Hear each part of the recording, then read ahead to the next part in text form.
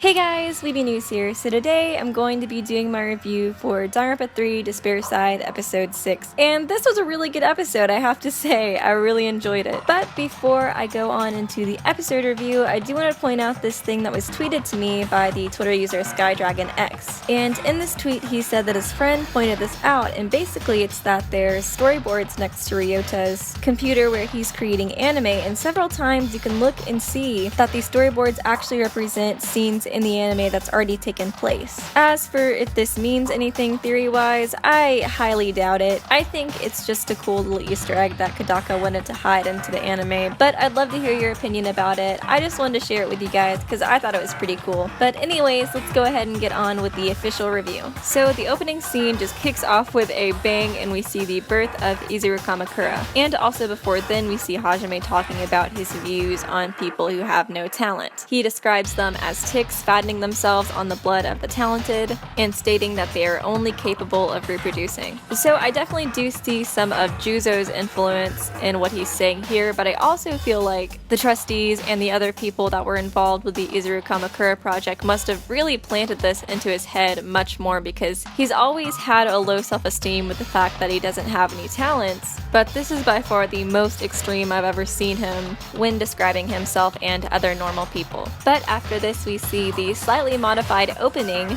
and as I'm sure many of you guys noticed, it's completely different colors now, and almost all of the characters now have red eyes in this as well. The only characters that don't have red eyes in this opening are Chiaki, Chisa, whose eyes are closed in it, Hajime before he's Izuru, and possibly Ryouta Mitsurai because we don't get a good look at his eyes. Some other differences we see in this new opening is that you can see Hajime is pretty much faded away, and in the previous episodes when Chiaki is looking at the camera at the end of the opening, she's looking normally, but in this one she's smiling. And something that doesn't have to do with the opening but is still related to all of this is that on the official website now they actually have Izuru in the Despair Side artwork. Then in the next scene we see Chiaki still waiting outside of the reserve course for Hajime to show up again so they can be together, but of course as we all know he does not show up. Also we learn in the scene that Chiaki asks Chisa about it and she ends up lying to her, telling her that Hajime was still there and that he was fine. I do somewhat understand why she wouldn't tell Chiaki why Hajime wasn't there, because in one of the previous episodes it seemed like she was pretty suspicious as to how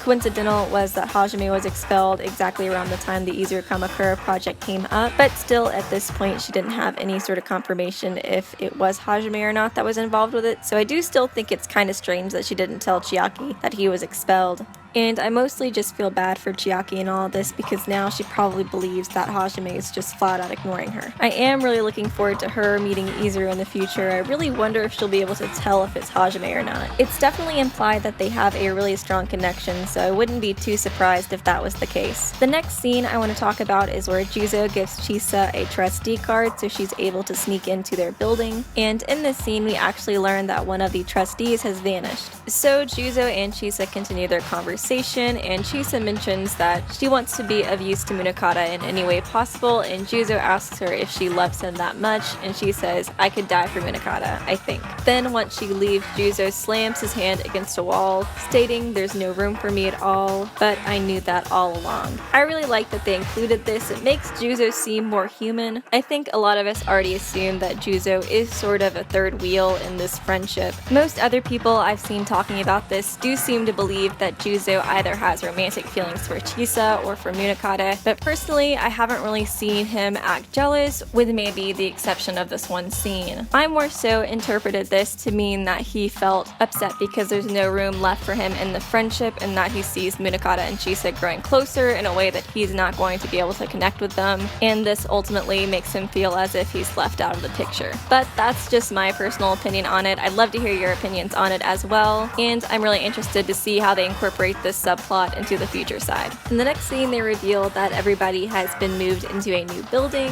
and they talk about Kamaida not yet returning to class, and everybody in the class pretty much just states their disdain for him. But then we see Chisa sneak into the trustee's building and eventually enter the office, which she has the key for, and while walking around the hallways she points out that security is pretty lax even though one of the trustees just vanished. So I did find that piece of information pretty odd. While on the trustee's computer, she sees a profile of the member that vanished, whom we all know now is kidnapped by Junko Nishima, and don't worry, I'll talk about that scene a little later on. But also, while on this computer, she learns a lot about the Izuru Kamakura project. She even sees a picture of him herself, and once reading over everything and learning about how much human experimentation was going on, she calls Munakata and warns him. When talking on the phone with Munakata, she expresses that the worst thing that she believes could happen is if this information gets leaked to the public, because Hope's Peak Academy would come under a lot of scrutiny, but Munakata expresses that he believes the far worse outcome is if someone malicious got their hands on him and used him to turn hope into despair. He then warned Chisa not to trust anybody except for Juzo, not even students, and to not even say the name Izuru Kamakura anymore. But when talking about Junko and Makuro's plan on all this, we do see that the trustee that vanished is captured by Junko and she's torturing him.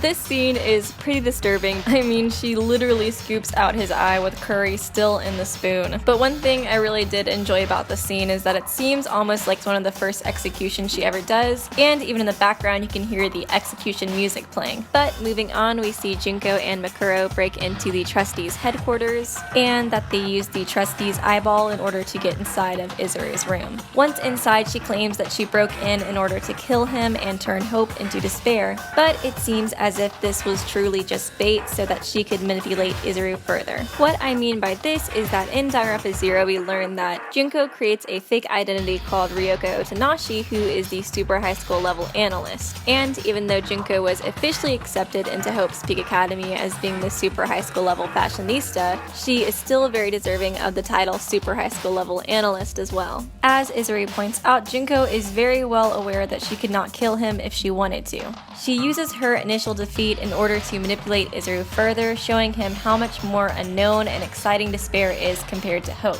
She also compares their intelligence to each other too, noting that they both have super analytical abilities, therefore she seems to imply that he will become bored of hope just as she has. We also get Junko's elaborate explanation as to why she loves despair so much too. As I mentioned before, Junko is extremely intelligent, therefore she became incredibly bored by the world. And the reason she became interested in despair is because even the tiniest little shred of despair can send the world into utter chaos. And the example she uses is that a single bullet was able to start a world war. I really enjoyed this scene, and I really liked the fact that we got a lot of confirmation as to why Junko loves despair so much. I felt like before I had a pretty good grasp as to why she would want to cause despair in the world and for others, but I never completely understood why she wanted to cause it for herself as well. But seeing now that the main reason she loves it so much is because of the unknown and because of the excitement, it makes a lot more sense to me. But eventually the alarms go off and Junko and Makuro are almost caught, but Makuro is able to escort them both out safely and even make up a lie about as to how Junko hurt her head.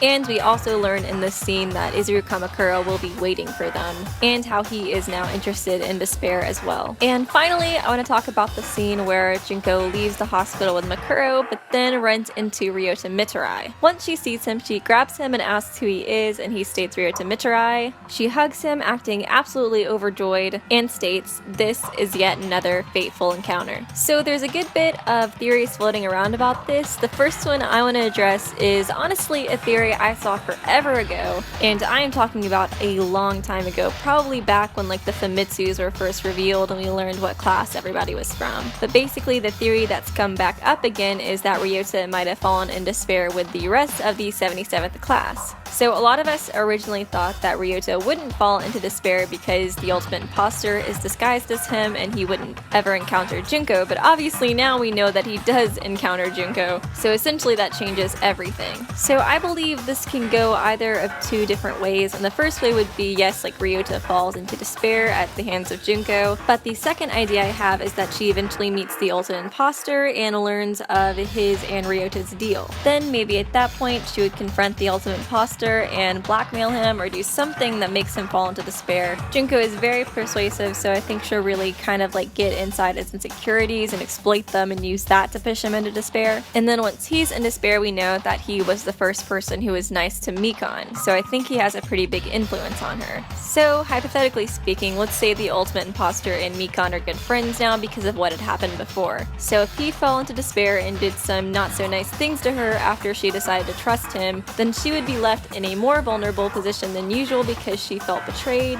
So then if Junko swept in and became the one person that was nice to her in that state and eventually manipulated her to go against everybody else too, then I think that would make sense as to how Mikon falls into despair as well. And of course, if the second theory was right, there's no, way to say that Ryouta wouldn't fall into despair anyway. But this is all totally hypothetical on my part. I feel like I could see it going in either one of those directions, but I'm curious to hear what you guys think about this whole thing as well. But anyways, this concludes my episode review. I hope you guys enjoyed it. If you did, it'd be awesome if you left a like or a comment. It really does help me out. And I will see you guys real soon. Oh, you look so cool! Fangirling a little bit. Oh, she's got her kitty hoodie! Oh. Oh! Oh! It was like, what is she? How was that tortured? It was like, I guess his eyes hurt after a while, but oh, no! Oh, that's gross. I have a feeling. Oh, gross. Gross.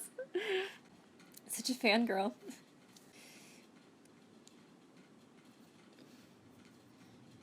I should have said a fake name. He should have used a fake name. Huh. People were saying that maybe Ryouta fell into despair from encountering Junko. And that was what would make him the traitor, so I don't know, maybe that's true. Subscribe to Weeby News for more hope-filled videos.